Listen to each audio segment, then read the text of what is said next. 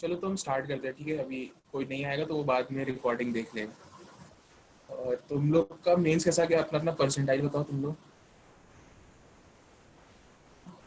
तो बहुत बेकार है, कोई काम का नहीं है।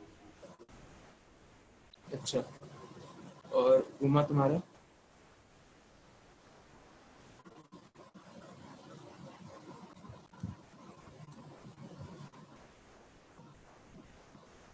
चलो कोई नहीं, अभी एडवांस में फोकस करो, ठीक है। बाद में जो गलती हुआ उसको हम लोग बाद में देख लेंगे, मतलब तुम ही लोग देखोगे, लेकिन थोड़ा टाइम बाद। ये सब के बारे में मत सोचना कि एग्ज़ाम कैसा था नहीं था, ये सब चीज़ को छोड़ देना और सिंपली आगे एडवांस की तरफ फोकस करना, ठीक है। एडवांस में बहुत ज़्यादा इंपॉर्टेंट चैप्टर है सॉल्ट एनालिसिस, ठीक है। तो इसको हम लोग स्टार्ट करते हैं। सॉल्ट एनालिसिस में बेसिकली हम लोग क्या करते हैं कि हम लोग के पास एक सॉल्ट गिवन होता है, ठीक है। एक सॉल्ट गिवन होता है और उसमें दो रेडिकल्स होते हैं, एक कटायनिक एक अनायनिक, ठीक है। इन दोनों का हम लोग को डिटेक्शन करना होता है और इसी प्रोसेस को हम लोग बोलते हैं सॉल्ट एनालिसिस। तो कैटायंस के लिए हम लोग कुछ टेस्ट्स करते हैं और अनायंस के लिए कुछ टेस्ट्स करते हैं, तो हमें फाइनली पता चलता है कि कौन सा सॉल्ट था। ये सेम चीज़ हम लोग अपने स्कूल में भी की है, ठीक है। सपोज करो कि हम लोग के पास एक सॉल्ट है KCl, ठीक है। तो इसमें K प्लस है और Cl माइनस है। तो अब तुम्हारे पास यही सॉल्ट दे देगा और बोलेगा कि तुमको मतलब पता करना होगा कि ये कौन सा, मतलब इस सॉल्ट का जो कंपोजिशन है वो क्या है, ठीक है। तो हम लोग जो सबसे बेसिक टेस्ट है वो परफॉर्म करेंगे for K plus and Cl minus. तो हमारे पास जो टेस्ट ट्यूब रहेगा उसमें जब हमारे पास KCl का मिक्सचर गिवन होगा, तो इसमें सबसे पहले हम लोग ऐड करेंगे HClO4, ठीक है। अगर हम लोग KCl में HClO4 ऐड करते हैं तो यहाँ पे जो पोटेशियम है यहाँ पे एक डिस्प्लेसमेंट रिएक्शन शो करता है और यहाँ बना देगा KClO4, ठीक है। तो यहाँ पे ये जो KClO4 फॉर्म होता है ये बेसिकली एक वाइट प्रेसिपिटेट होता है। ये बहुत इंपॉर्टेंट टेस्ट होता है for detection of potassium ion. अगर हम लोग किसी भी सॉल्ट में HClO4 डालते हैं, ठीक है, और उस पीपीटी का मतलब वो पीपीटी फॉर्म करता है एक पूरा जो कंपोजिशन मिक्सचर है, और उस पीपीटी का रंग अगर वाइट होता है तो हम लोग वहीं से डिसाइड कर लेते हैं कि इस सॉल्ट में जो कटायन है वो पोटेशियम है, ठीक है। अब इसके बाद आता है Cl के लिए टेस्ट, मतलब इसका अनायन के लिए टेस्ट। तो इसी में अगर हम लोग इसके बाद AgNO3 ऐड करें, ठीक है, AgNO3 ऐड करें तो तुम लोग को ये रिएक्शन हम पी ब्लॉक में बताए थे कि कोई भी आयनिक कंपाउंड अगर AgNO3 से रिएक्ट करेगा तो ये AgCl बना देगा, और AgCl होता है एक प्रेसिपिटेट और इसको कहते हैं व्हाइट प्रेसिपिटेट, ठीक है। तो यहाँ पे तुम्हारा जो प्रेसिपिटेट फॉर्म होगा वो होगा AgCl, और तुम लोग को यहाँ से भी पता चल जाएगा कि तुम्हारा जो इसमें अनायन है वो है क्लोरीन माइनस, मतलब Cl माइनस, ठीक है। और तुम लोग को पूरा सॉल्ट पता चल गया कि ये है KCl। इन दोनों टेस्ट को याद रखना क्योंकि ये जो टेस्ट है ये एक दो बार पहले भी एडवांस में पूछ चुका है, तो इसलिए मल्टी करेक्ट में तो इसको पूछ ही सकता है। और सॉल्ट एनालिसिस में क्वेश्चंस इसी टाइप के आते हैं कि जो पुराना टेस्ट है गिवन है हमारे पास उसी के बेसिस पे फिर से तुमसे क्वेश्चंस पूछा जाएगा, ठीक है। तो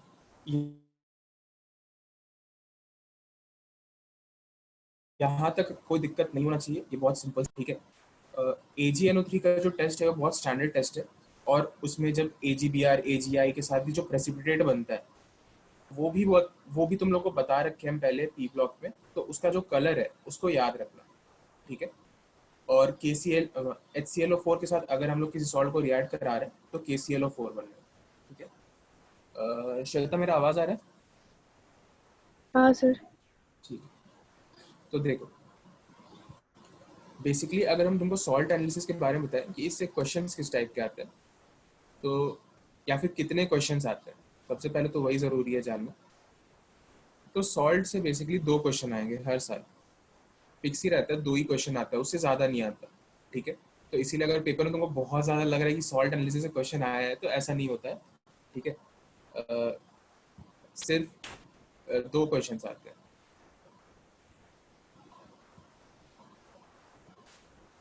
एक क्वेश्चन होता है हर साल ही, जो होता है इसके ग्रुप रिएजेंट्स के बेसिस पे,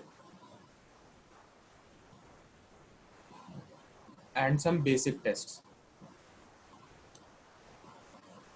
बेसिक टेस्ट भी वही होता है जो ग्रुप रिएजेंट को स्टडी करते समय हमारे पास आ जाता है, ठीक है। ये इससे हर साल एक क्वेश्चन आता है। और जो दूसरा क्वेश्चन आता है वो होता है हायर स्टडीज।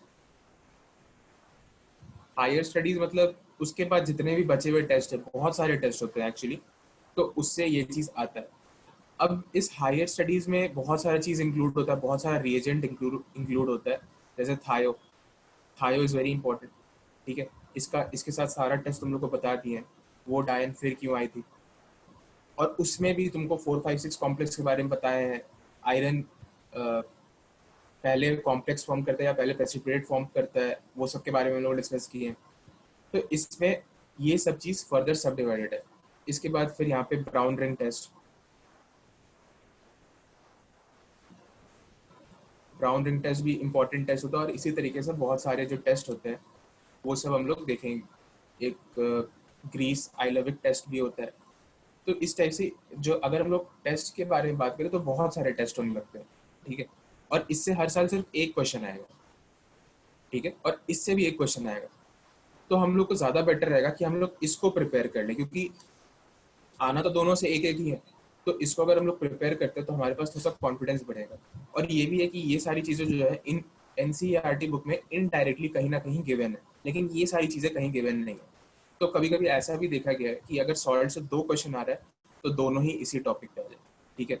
तो ये जो पूरा तीनों लेक्चर है इसको हम इस टाइप से डिवाइड कर रहे हैं कि तुम लोग को आज के लेक्चर में कम से कम ग्रुप एंड ग्रुप रिएजेंट के बारे में पता चले, बहुत बेसिक सॉल्ट एनालिसिस के बारे में पता चले, और कुछ बेसिक टेस्ट शायद आज स्टार्ट ना कर पाए, ठीक है, लेकिन इसके बारे में तुम लोग को थोड़ा थोड़ा आइडिया लगे। तो ये सब चीज़ें, तो आदित्य भी ज्वाइन किया है। हाय आदित्य।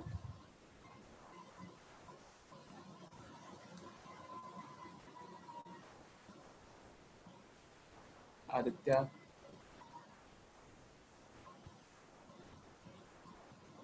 चलो ठीक है, कोई नहीं, हम लोग आगे बढ़ते हैं।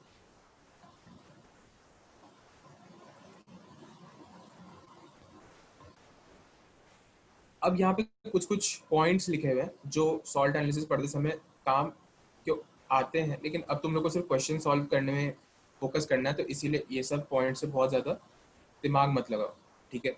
बस हम पढ़ देते हैं इसको तुम लोग के लिए। Detection of anion is done first and then followed by cation because anion radical is known as interfering radical and creates interference in detection of cation through precipitate formation, ठीक है।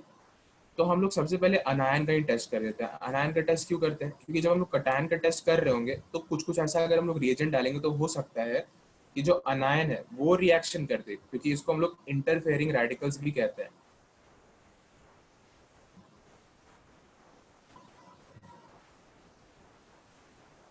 ठीक है। और अगर हम लोग कुछ रिएजेंट डाल रहे हैं तो अनायन जो होता है जनरली प्रेसिपिटेट फॉर्म करता है।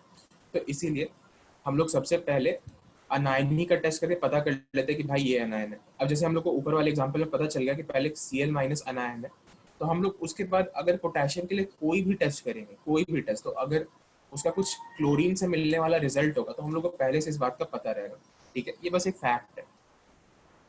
अब इंटरफेयरिंग रेडिकल्स क्या होते हैं?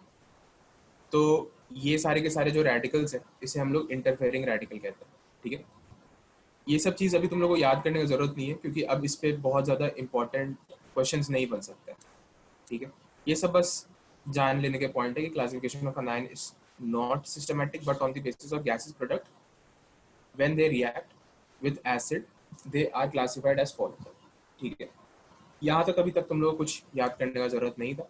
अब इसके आगे हम लोग याद करेंगे ये वाला टेबल। दिख रहा है क्या तुम लोग को? जैसे उल्टा हो गया, रुक जाओ, इसको हम फिर से ऐड कर देते हैं।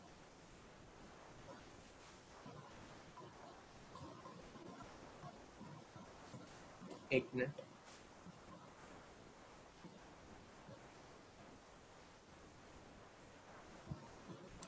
या फिर तुम लोग इसमें अपना स्क्रीन को थोड़ा सा टिल्ट कर लोगे तो ज़्यादा आसानी होगा, ठीक है, क्योंकि फिर से ऐड करने में थोड़ा टाइम लगेगा।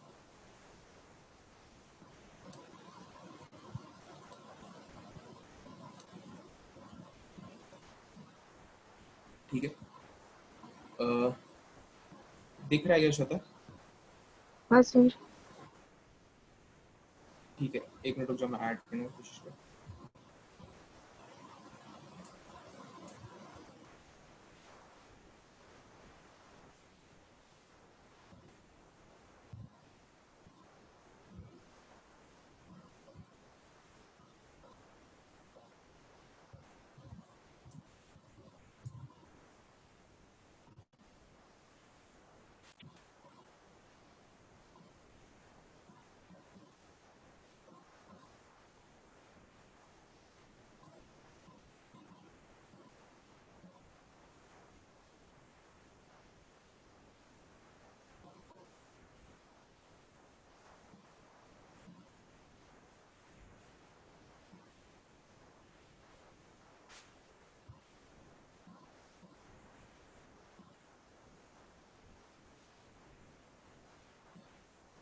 चलो तुम लोग को इसको एक्सप्लेन करते हैं, ऐसे तुम लोग को प्रॉपरली दिख नहीं रहा होगा।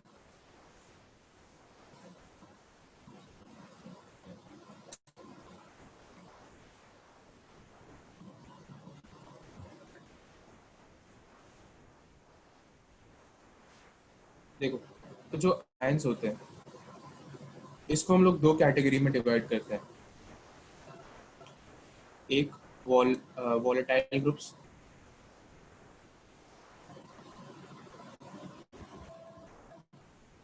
और एक नॉन वॉलेटाइल ग्रुप। ठीक है,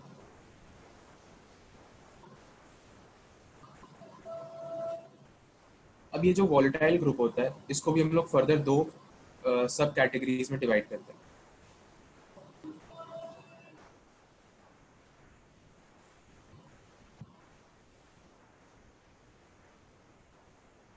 सबसे पहला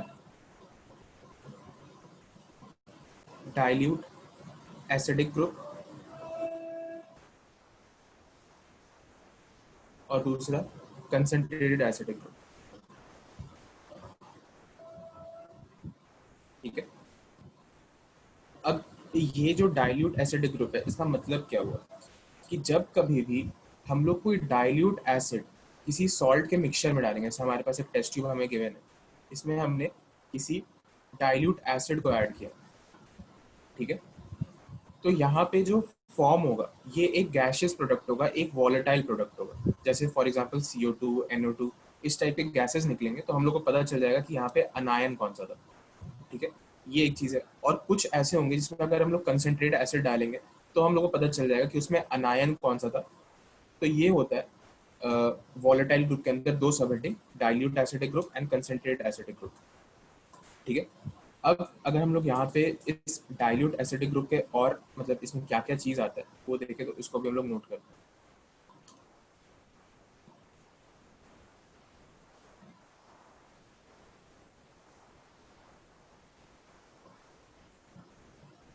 तो डाइल्यूट एसिडिक ग्रुप में आता है CO3 2 minus, HCO3 minus, carbonates and bicarbonates. फिर आता है सल्फाइड एंड बाइसल्फाइड। फिर आता है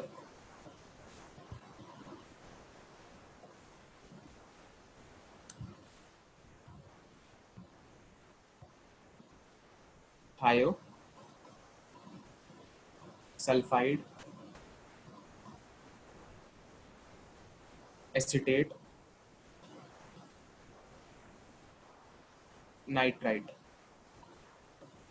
ठीक है, तो ये सारे के सारे जो है इसमें अगर हम लोग डाइल्यूट एसिड मिलाते हैं तो ये जितने भी हमारे पास अनायंस हैं ये कोई ना कोई गैस इवॉल्व करेंगे। ठीक है, और अगर गैस इवॉल्व करेंगे तो सोचो तुम्हारे पास क्वेश्चन में कैसे गिवन होगा कि तुम्हारे पास एक सॉल्ट है, उसमें तुमने डाइल्यूट HCl ऐड किया और उसमें से ब्रिस्क एफरवेसेंस हो गया, तो तुमको पता चल रहा है कि अनायन कौन सा हो सकता है। ठीक है, तुम लोगों ने उसमें जो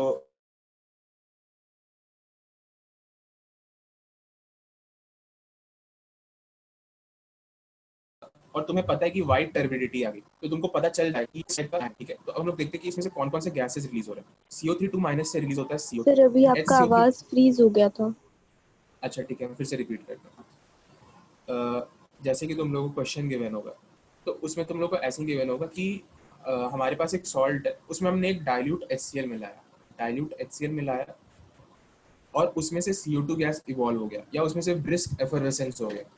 तो इसमें कौन सा इसमें अनायन कौन सा है या फिर ये सॉल्ट कौन सा है? तो अगर तुम लोग को ये फैक्ट पता होगा कि ये सब कौन कौन सा अनायन वॉलेटाइल ग्रुप्स के अंदर आते हैं, कि किस किस में अगर हम लोग डाइल्यूट एसिड मिलाते हैं और गैस रिलीज होता है और कौन सा गैस रिलीज होता है, तो तुम लोग ऑप्शंस देख के वहीं पे डिस्टिंग्विश कर पाओगे कि कौन सा ये सॉल्ट है। ठीक है, तो ये सारे के सारे जो है ये हमारे पास डाइल्यूट एसिडिक ग्रुप में आते हैं अंडर वॉलेटाइल सब वॉलेटाइल हेडिंग। ठीक है, तो ये जो CO3 माइनस है, इसमें जब हम लोग डाइल्यूट HCl ऐड करेंगे तो ये CO2 गैस रिलीज करेगा। HCO3 माइनस में अगर हम लोग डाइल्यूट HCl ऐड करेंगे तो ये भी CO2 गैस रिलीज करेगा। SO3 माइनस जो है ये SO2 गैस रिलीज करेगा। जो HSO3 माइनस है ये भी SO2 गैस रिलीज करेगा।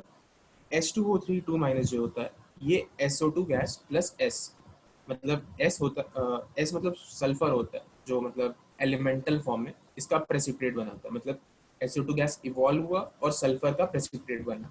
ठीक है, तो ये बहुत ज़्यादा इंपॉर्टेंट हो जाता है। इसके बाद जो H2 माइनस है, ये भी हम तुम लोग को बताए थे कि सल्फर H2 माइनस में, तो जब ये आगे अपना ऑक्सीडेशन स्टेट इंक्रीज करेगा तो ये बहुत ज़्यादा नहीं जा सकता, ये H2S के फॉर्म में ही एग्जिस्ट करता है। ठीक है, CH3CO माइनस को भी जब हम लोग H प्लस में डाल रहे हैं तो ये CH3COH बनाएगा। ठीक है, और NO2 माइनस को जब हम लोग H प्लस में ऐड करेंगे तो ये NO2 गैस इवॉल्व करेगा। ठीक है, तो ये सारे जो गैसेज हैं या वॉलेटाइल ग्रुप्स हैं, ये सारा इस केस में इवॉल्व होगा। ठीक है, अब यहाँ पे कि इसका जो कलर गया है हर गैस,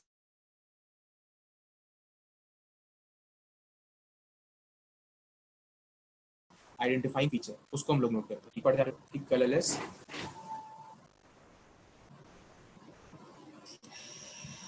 एंड ऑर्डरलेस गैस,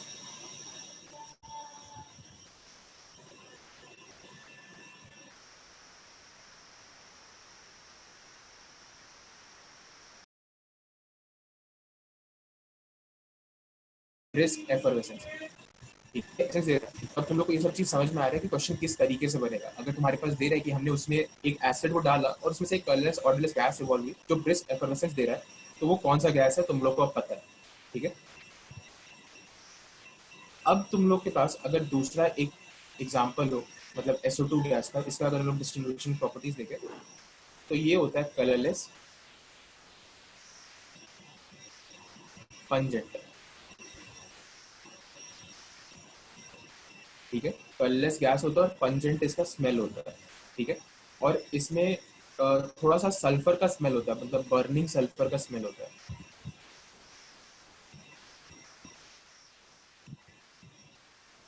ठीक है, pungent smell and burning sulphur का स्मेल, ये दोनों ही चीजें होती हैं। ठीक है, तो इस चीज को तुम लोग ध्यान रखना। बहुत लोग इस बात से कंफ्यूज हो जाता है कि बर्निंग सल्फर का स्मेल थायोसल्फेट में आता है, लेकिन इसमें नहीं आता है, इसका दूसरा डिस्टिंग्विशिंग फीचर होता है। तो इस बात को भी ध्यान में रखना। अब जब थायोसल्फेट है तो इसमें क्या रिलीज हो रहा है, इसमें येलोइश व्हाइट टर्बिडिटी रिलीज होता है।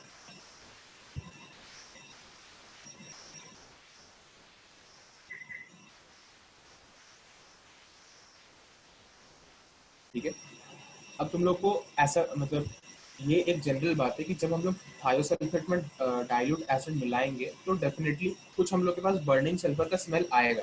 ठीक है, क्योंकि SO2 गैस रिलीज हो रहा है, लेकिन हम लोग इस बात से तो डिस्टिंग्विश नहीं कर पाएंगे कि अगर बर्निंग सल्फर का स्मेल आ रहा है तो ये SO3 माइनस मतलब सल्फाइट है, बाइसल्फाइट है या थायो है।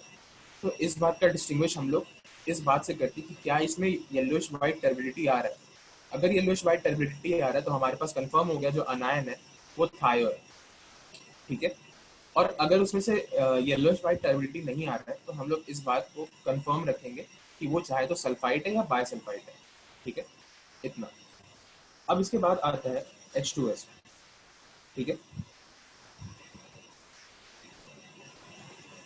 और H2S का हम तुम लोग को बताए होंगे कि एक इसका जो काउंटर पार्ट होता है फॉस्फीन, इसका स्मेल बिल्कुल उससे अपोजिट होता है, इसका स्मेल होता है रॉटन एग लाइक स्मेल।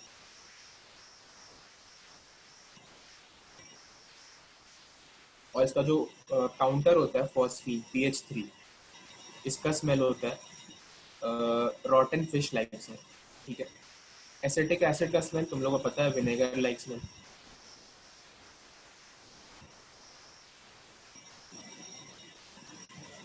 और NO2 ब्राउन ब्राउन फ्यूम्स, ठीक है। तो यहाँ तक तुम लोग को कोई दिक्कत नहीं होना चाहिए, क्योंकि ये अभी सिर्फ हम तुमको फैक्ट्स ही शेयर कर रहे हैं।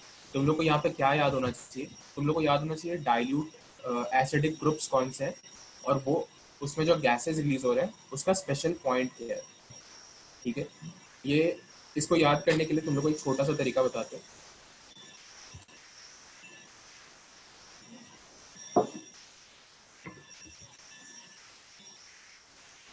पहला वाला देखो, पहला वाला है कार्बोनेट, दूसरा वाला है बाइकार्बोनेट। एक मिनट रुकना तुम लोग।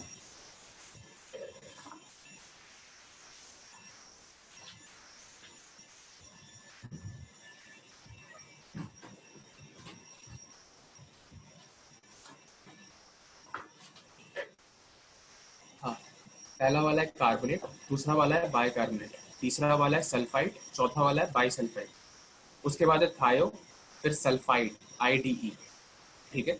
उसके बाद है एसीटेट और फिर है नाइट्राइट, ठीक है। तो इसको इस तरीके से अगर किसी को नॉर्मली याद हो रहा है तो नॉर्मली भी याद रख सकता है, और अगर इस तरीके से याद रखना चाहे तो ऐसे भी याद रख सकता है।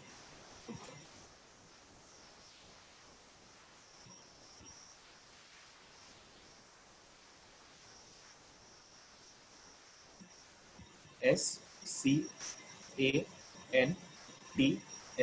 ठीक है।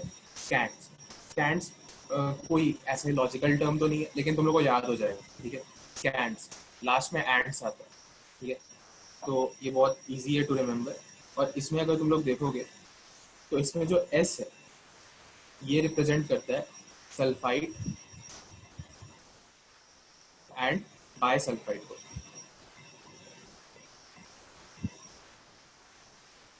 C रिप्रेजेंट करता है कार्बोनेट एंड बाइकार्बोनेट्स को, ठीक है। A रिप्रेजेंट करता है एसिटेट को, N रिप्रेजेंट करता है नाइट्राइट को, ठीक है। और S रिप्रेजेंट करता है थायो को, ठीक है। तो ये चीज तुम लोग के लिए एक छोटा सा मतलब इससे तुम लोग इसके मदद से मतलब याद रख सकते हो। और ये किस चीज का है, मतलब किस चीज का हेडिंग है, ये तुम लोग को भी याद होना चाहिए। तो ये वॉलेटाइल ग्रुप का न्यूमोनिक है, न्यूमोनिक कहो या फिर एक छोटा सा वर्ड कहो, कैंट्स, ठीक है। अब हम लोग वापस ऊपर चलते हैं।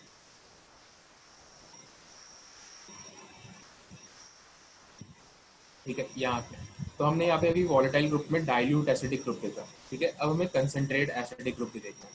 तो हम लोग कंसंट्रेट एसिडिक ग्रुप का भी अब चार्ट बना लेते हैं।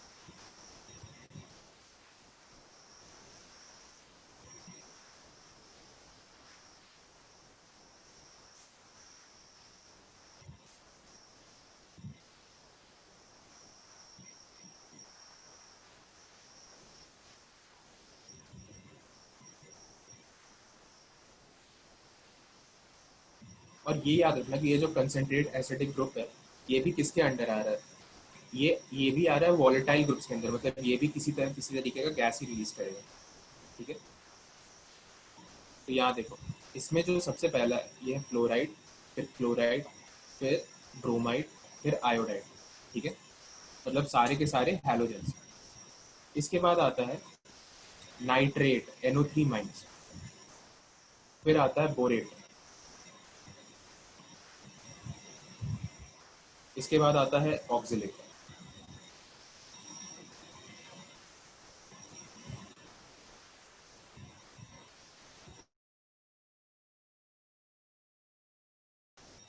ठीक है।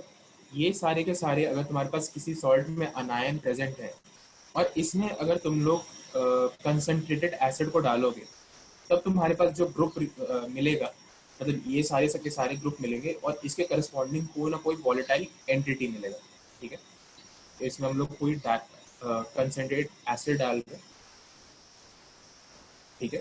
तो यहाँ पे ये जो तुम लोग को रिएक्शन का सेट है, ये हम बेसिकली पी ब्लॉक में तुम लोग को बता दिए थे, ठीक है। याद करो, हम एक क्वेश्चन तुम लोग थ्रो कर रहे हैं, हमारे पास एक सॉल्ट है, ठीक है, उसमें हमने कंसनट्रेट एसिड मिलाया और वाइट फ्यूम्स प्रोड्यूस हुआ, ठीक है। वाइट फ्यूम्स KMnO4 ऐड किया, ठीक है। KMnO4 ऐड करते ही हमारे पास एक गैस रिलीज हुआ जिसका कलर येलो होता है, पेल येलो आया। तो वो जो तुम्हारा इनिशियल सॉल्ट था उसका अनायन क्या था, ठीक है। फिर से Cl. क्या, Cl.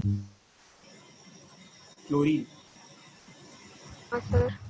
हाँ सही है, क्लोरीन उसका आंसर होगा। तो बिल्कुल इसी तरीके से तुम्हारे पास सवाल लैंग्वेज बेस्ड दिए रहेंगे, बस ABCD बीच बीच में कर देगा और हर ABCD के बारे में पूछेगा, और ये हर चीज़ तुम लोग को अलग अलग चैप्टर्स में बता दी, ठीक है। तो यहाँ पे जब हम लोग कंसनट्रेट H+ डाल रहे हैं तो फ्लोरीन के लिए तुम लोग को बताए थे कि ये जो फॉर्म करेगा ये करेगा HF, इसके लिए HCl। प्रोडक्ट बहुत सिंपल है, Br के लिए Br2, ठीक है, I के लिए I2, NO3 माइनस के लिए NO2, BO3 माइनस के लिए H3BO3 और ऑक्सिलेट के लिए CO+CO2। अब ये भी इंपॉर्टेंट हो जाता है, बिल्कुल हमारे थायो की तरह, मतलब H2O3 2 माइनस, उसमें भी SO2+S रिलीज हुआ था, इसमें भी CO+CO2 रिलीज हो रहा है, ठीक है। अब अगर इसके कलर की बात की जाए तो यहाँ पे हम लोग जानते हैं कि ये जो होता है ये होता है वाइट फ्यूम्स, HCl भी होता है वाइट फ्यूम्स सेम। और इसके आगे अगर हम लोग इसमें KMnO4 डाल दें या फिर MnO2 डाल दें, कुछ इस टाइप का चीज़ डाल दें, तो हमारे पास फिर से Cl2 गैस रिलीज हो जाता है, ठीक है। और HF में ये सेम चीज़ नहीं हो सकता है, क्यों नहीं हो सकता है वो सब का बात वहाँ पे हम लोग कर चुके हैं, ठीक है। अब यहाँ पे आ रहा है Br2 तुम लोग को बताए थे ब्राउन फ्यूम्स। तुम लोग को एक और जनरल चीज़ बताए थे, अगर ब्राउन गैस पूरे इनऑर्गेनिक केमिस्ट्री में कहीं पे भी निकल रहा है तो 3 चीज़ तुम लोग को याद आना चाहिए। सबसे पहले तो ये याद आना चाहिए NO2 गैस हो सकता है, दूसरा Br2 गैस हो सकता है, तीसरा क्रोमाइल क्लोराइड हो सकता है। इसके अलावा ब्राउन पूरे इनऑर्गेनिक केमिस्ट्री में कोई ऐसा गैस नहीं है जो बहुत ज़्यादा जनरली यूज होता है, ठीक है। तो ये Br2। फिर I2 का हम लोग जानते हैं वायलेट फ्यूम्स होता है, NO2 वापस हमारा पुराना ब्राउन, H3BO3 वाइट फ्यूम्स। अब इसका वाइट फ्यूम्स क्यों है, और ये पहली बात गैस है, यही हम लोग को नहीं पता है, ठीक है। तो ये पता है, अगर H3BO3 को देखेंगे तो वो हाइड्रोजन बॉन्ड कर सकता है, हाइड्रोजन बॉन्ड करे तो डेंस वाइट फ्यूम्स के फॉर्म में वो रिलीज होता है, मतलब एग्जिस्ट करता है, ठीक है। CO+CO2 अगर देखें तो इसमें बस ये रहता है कि दोनों साथ में इवॉल्व होते हैं, और अगर क्वेश्चन में इसका ऐसा कोई डिस्टिंग्विशिंग फीचर नहीं है, फीचर बस इसका है कि यहाँ पे एफर्वेसेंस हो जाएगा, वही ऑर्डरलेस टेस्टलेस गैस, कलरलेस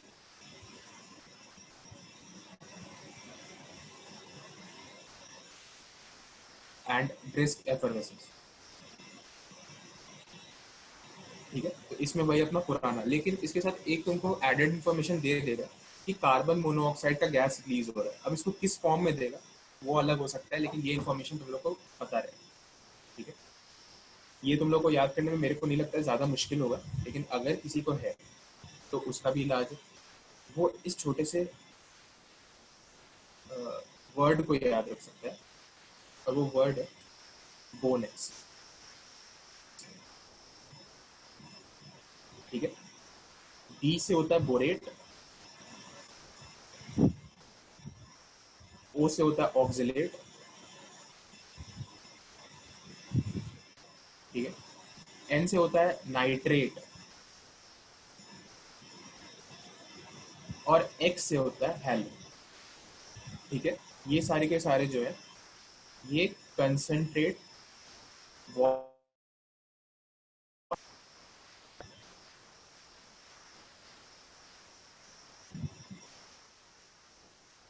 ठीक है। इसमें तुम लोग को कोई दिक्कत नहीं है, ये कंसंट्रेट वॉलेटाइल एसिड ग्रुप में आता है। तो यहाँ पे हम लोग दो चीज़ सीख रहे हैं, और ये दो चीज़ बहुत इंपॉर्टेंट है, इसको चाहे तो किसी भी तरीके से घोट लो, जो रिएक्शंस के थ्रू घोटो या फिर स्टैंड्स और बोनेक्स के थ्रू याद करो। जिस तरीके से भी याद करना है कर लो, क्योंकि ये जो टेस्ट है एसिड का टेस्ट, ये बहुत ज्यादा पूछा जाता है क्वेश्चन पेपर में। ठीक है, सॉल्ट एनालिसिस का ये बहुत इंपॉर्टेंट टेस्ट है, test with dilute and concentrated acid. अब इसमें एक क्वेश्चन आएगा,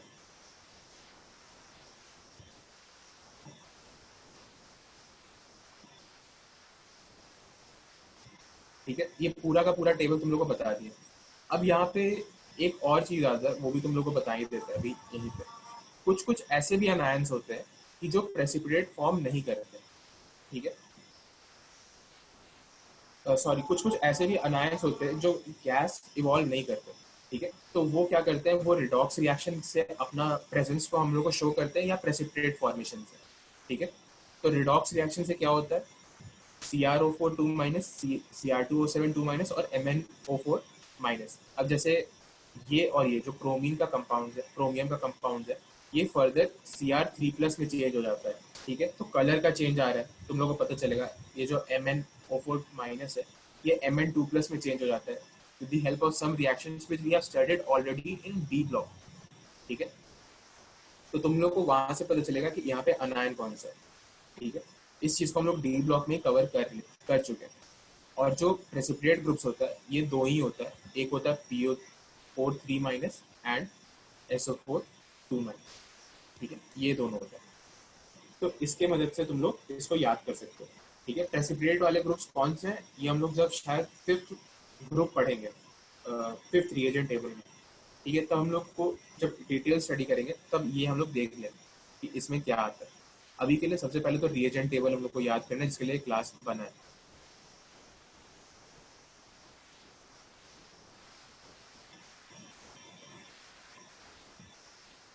ठीक है, रिएजेंट टेबल पे जाने से पहले एक छोटा सा line, acidic radicals which give fume with dilute acid also gives fume with concentrated acid, but the vice versa is not same. ठीक है, इसका मतलब हम समझा देते हैं।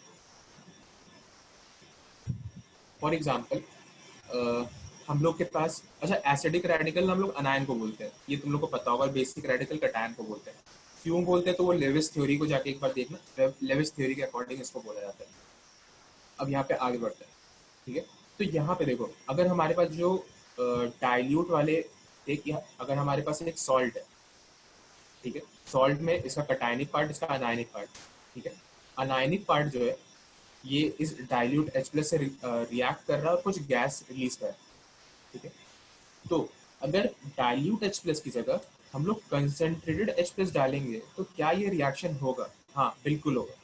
इसमें अगर कोई काम डाइल्यूट एसिड कर पा रहा है तो कंसंट्रेटेड एसिड भी कर पाएगा। लेकिन अगर हमारे पास कंसंट्रेटेड एसिडिक ग्रुप्स है, जिसमें अगर हम लोग कंसंट्रेट एसिड्स को ऐड कर रहे हैं और फिर कोई गैस रिलीज हो रहा है, तो क्या वो काम हम लोग डाइल्यूट ग्रुप के साथ करा सकते हैं, डाइल्यूट H+ के साथ करा सकते हैं? तो नहीं, हम लोग ये काम नहीं करा सकते।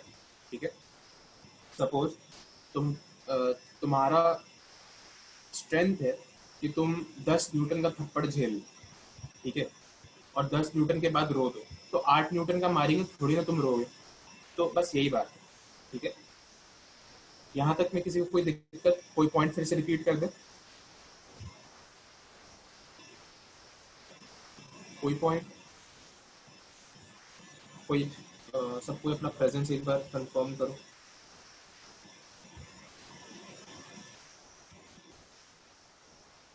चलो ठीक है, हम फिर आगे बढ़ रहे हैं।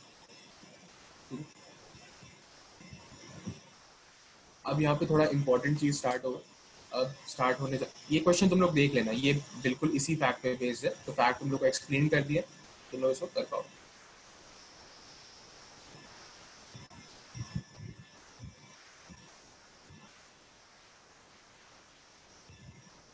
हाँ, ये तो सब, ये जो बात है इसको भी ध्यान रखना कि टोटल हमारे पास इस चैप्टर में 500 सॉल्ट के करीब करीब है। इसमें से 450 सॉल्ट वाइट होते हैं, ठीक है, और 50 सॉल्ट कलर्ड होता है। तो इन 50 का कलर ही हम लोग को याद करना है। और अभी जो नीचे आने वाला होगा, इसमें से 20 का कलर हम लोग यही याद कर लेंगे, 20-25 के अराउंड का कलर यही याद करेंगे। ठीक है, और अगर तुम लोग को कोई सॉल्ट का कलर ना पता हो और वो सल्फाइड सॉल्ट हो, S2- है, ठीक है, तो उसको ब्लैक लिख देना, ठीक है, अगर नहीं आता हो तो, ठीक है। और रिमेनिंग कोई भी सॉल्ट हो और उसका कलर नहीं आता हो तो उसको व्हाइट लिख देना, ठीक है। ये दो मतलब एक थोड़ा जनरलाइजेशन था जो हम नोटिस किए थे पूरे अपने कोर्स में, ठीक है, आगे बढ़े।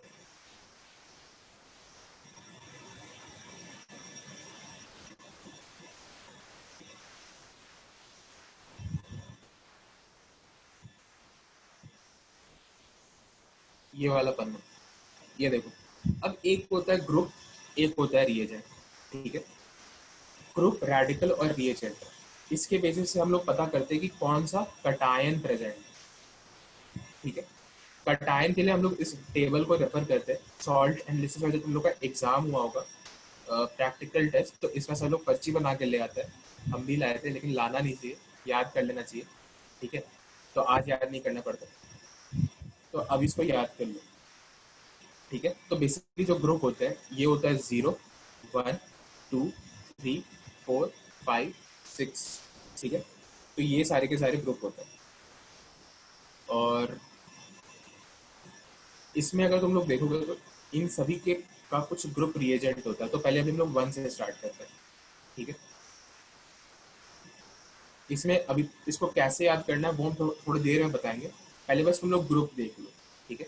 ग्रुप से थोड़ा थोड़ा सा इंट्रोडक्शन कराते हैं। तो ग्रुप 1 में जो रेडिकल्स होते हैं ये होता है Pb2+, Hg22+, ठीक है, ये, और Ag+, ये तीनों होता है। इसका जो ग्रुप रिएजेंट होता है ये होता है डाइल्यूट HCl, और ये मतलब इन तीनों रेडिकल्स का अगर कोई सॉल्ट हमारे पास हो, इसमें अगर हम लोग डाइल्यूट HCl ऐड कर रहे हो, तो हमारे पास जो प्रेसिपिटेट मिलेगा वो होगा PbCl2, Hg2Cl2, AgCl, और इनका कलर होता है वाइट, ठीक है, वाइट है, बस इतना। इस वाले पार्ट को मत देखो, ठीक है, ये इसका नहीं।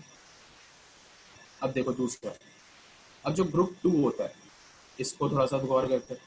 तो ग्रुप 2 बेसिकली दो में डिवाइडेड होता है, एक ग्रुप 2A और एक ग्रुप 2B, ठीक है। 2 और 2B क्यों डिवाइडेड होता है इससे हमारा कोई लेना देना नहीं है, बस होता है इतना जानना है। और 2A में क्या होता है, तो 2A में होता है Pb2+, Cu2+, Hg2+, Bi3+, Cd2+, ठीक है। और ग्रुप 2B में होता है AS3+, AS5+, Sb3+, Sb5+, Sn2+, Sn4, कोई दिक्कत नहीं। अब इसमें जो ग्रुप रिएजेंट होता है ये होता है H2S in acidic medium. Acidic medium is the term, important है, ठीक है। और यहाँ पे जो सॉल्ट्स फॉर्म होता है वो होता है ये, इसका कलर। और सिमिलरली जो 2A का जो ग्रुप है उसको यहाँ पे नोट कर लेते हैं, ठीक है। ये सारा, ये 2A का है। इसको अगर हम लोग H2S इन एसिडिक मीडियम में डालेंगे तो जो चीज़ें हमें मिलेंगी और उसका कलर, जो प्रेसिपिटेट्स मिलेंगे और उसका कलर, यहाँ तक भी कोई दिक्कत नहीं है। मतलब दिक्कत तो अभी बहुत हो रहा है लेकिन अभी कुछ टाइम के लिए बेयर करो, पहले तुम लोग को कम से कम रिएजेंट टेबल से इंट्रोडक्शन हो जाए, उसके आगे ही हम लोग बात कर पाएंगे, ठीक है। फिर यहाँ पे आ रहा है Fe3+, मतलब ग्रुप 3 में Fe3+, Al3+, Cr3+, ठीक है। ग्रुप रिएजेंट NH4Cl, NH4OH, और यहाँ पे ये तीनों इसके ग्रुप रिएजेंट्स, ठीक है। आगे बढ़ते हैं, सॉरी सॉरी, यहाँ पे ये तीनों इसके प्रेसिपिटेट और ये उसका कलर, ग्रुप रिएजेंट तो ये है और रेडिकल ये है, ठीक है।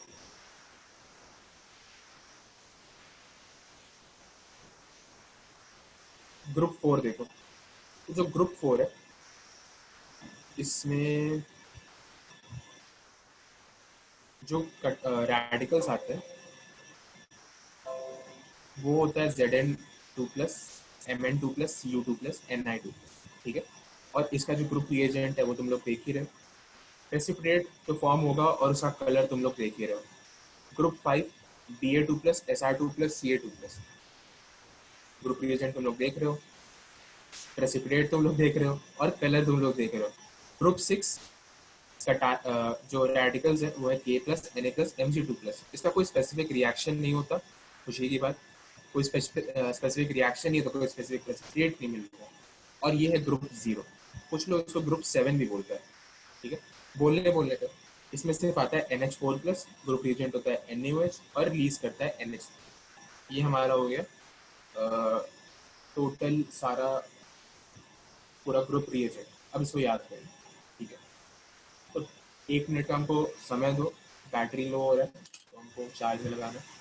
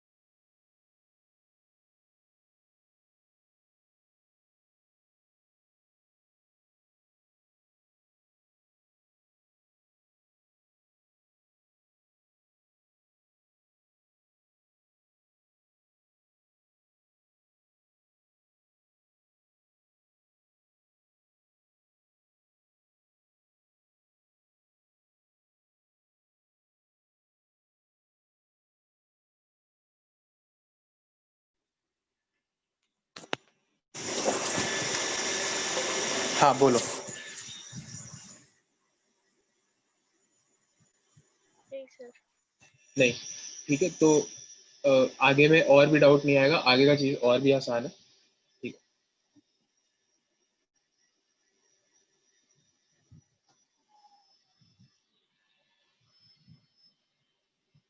मेरे को लगता है कि हम वापस आ गए होंगे मीटिंग में।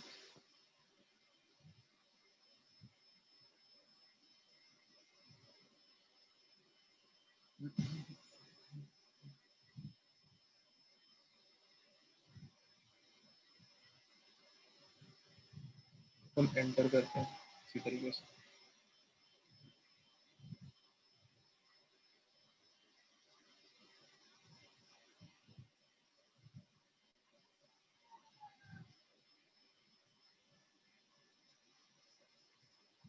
आदित्य तुम्हारा कैसा गया मीन्स?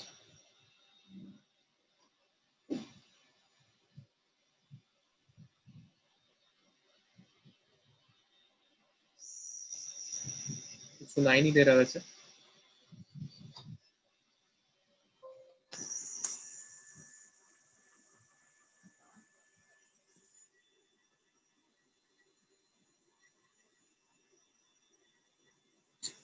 चैट बॉक्स में लिखना चाहो तो लिख दो, क्योंकि तुम्हारा आवाज़ क्लियर सुनाई नहीं दे रहा कुछ।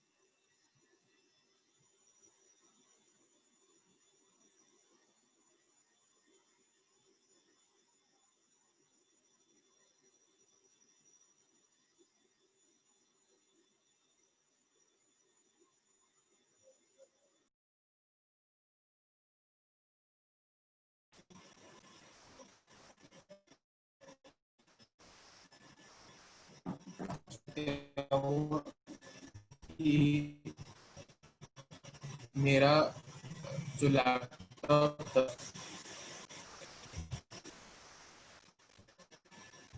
तुम लोगों को मेरा आवाज तो आ रहा है कि बफरिंग लग रहा है?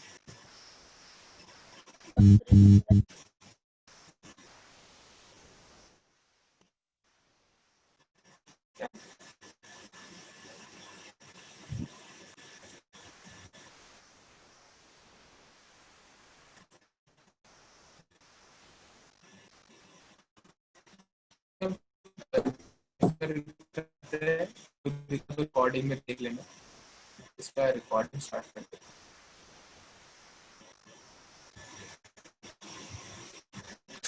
रिकॉर्डिंग चल ही रहा है तो देखो, एक चीज था,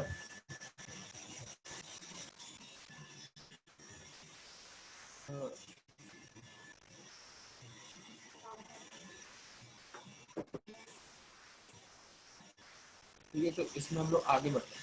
ठीक है,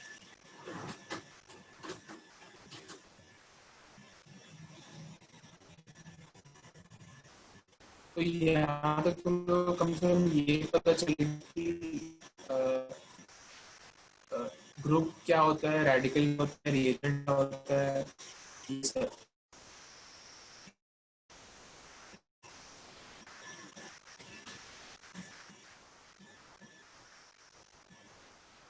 हेलो, कोई एक एक बार म्यूट करके बता दो कि तुम लोगों का आवाज प्रॉपर आ रहा है कि नहीं।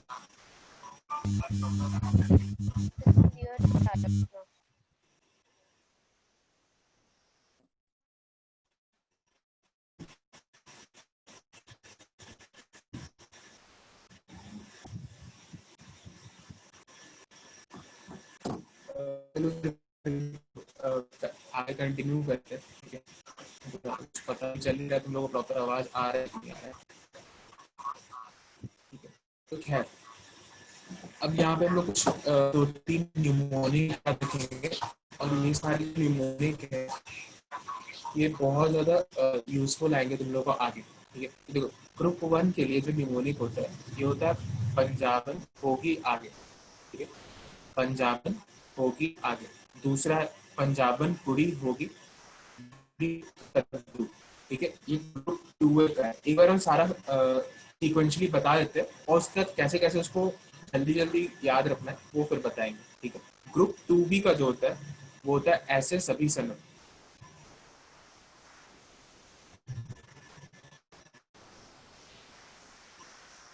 ऐसे सभी सनम। ठीक है, ग्रुप 3 का होता है फिर आलू करी। ठीक है, ग्रुप 4 का होता है जाने मन को निकालो। फिर इसके आगे आता है ग्रुप 4 के बाद ग्रुप 5।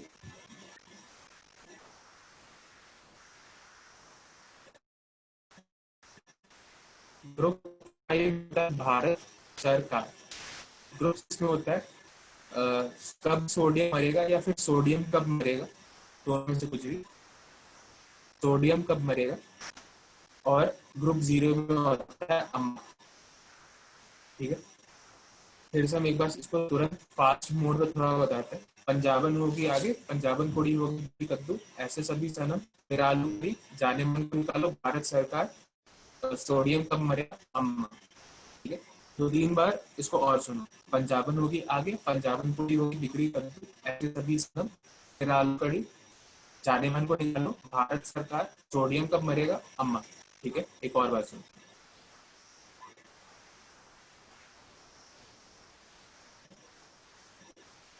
पंजाबन होगी आगे, पंजाबन कुड़ी होगी बिगड़ी कद्दू, ऐसा भी सनम, फिर आलू करी, जाने मन को निकालो, भारत सरकार, सोडियम कब मरेगा, अम्मा। ठीक है, तो ये जो निमोनिक है इसको तुम लोग मतलब ये तो बहुत सिंपल है याद रखने में। तुम लोग इसको याद रखना। ठीक है, क्योंकि ये तुम्हारा बहुत सारा काम आसान कर देगा। क्योंकि ये तो अभी तुम लोग को ये जो निमोनिक किस लिए है, वो भी तुमको बताते हैं। ये निमोनिक कौन से रेडिकल्स प्रेजेंट है कौन से ग्रुप में, उसको याद रखने में हेल्प करेगा। और इसका कैसे हेल्प करेगा तो वो भी अभी तुम लोग को बताते हैं, लेकिन पहले ये न्यूमोनिक याद करो फिर से। पंजाबन होगी आगे, पंजाबन कुटी होगी बिगड़ी कद्दू, ऐसे सभी आलू, जाने मन को निकालो, भारत सरकार, अम्मा। ठीक है, ये चीज को तुम लोग याद रखना।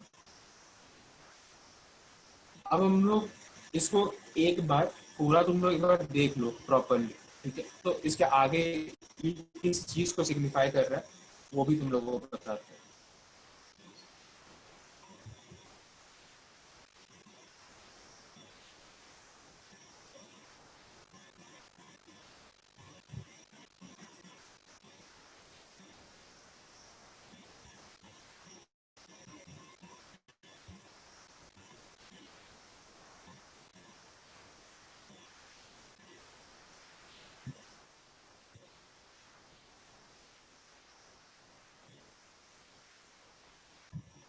ठीक है, तो होपफुली तुम लोग ये सब चीज को देख चुके होगे, तो इसलिए हम यहाँ पे आगे बढ़ रहे हैं।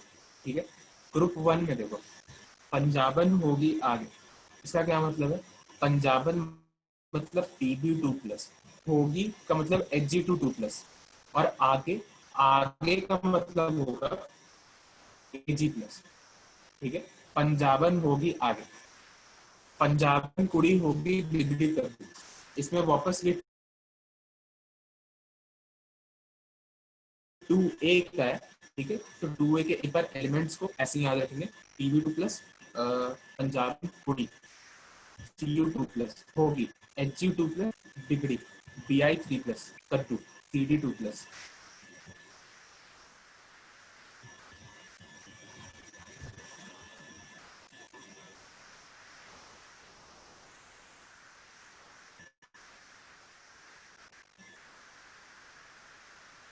ठीक है, पंजाबन कुड़ी होगी बिगड़ी कद्दू।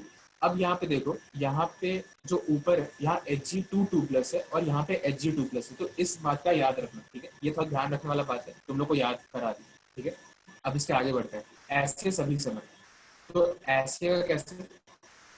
तो एस, ऐसे, एस बी, कभी, सनम के लिए एस एन, 10। ठीक है,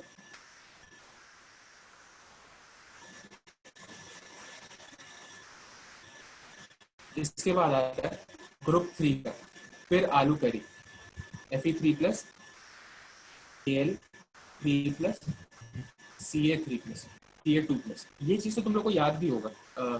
फिर आलू करी कोई नहीं, AuPT लिख देते हैं।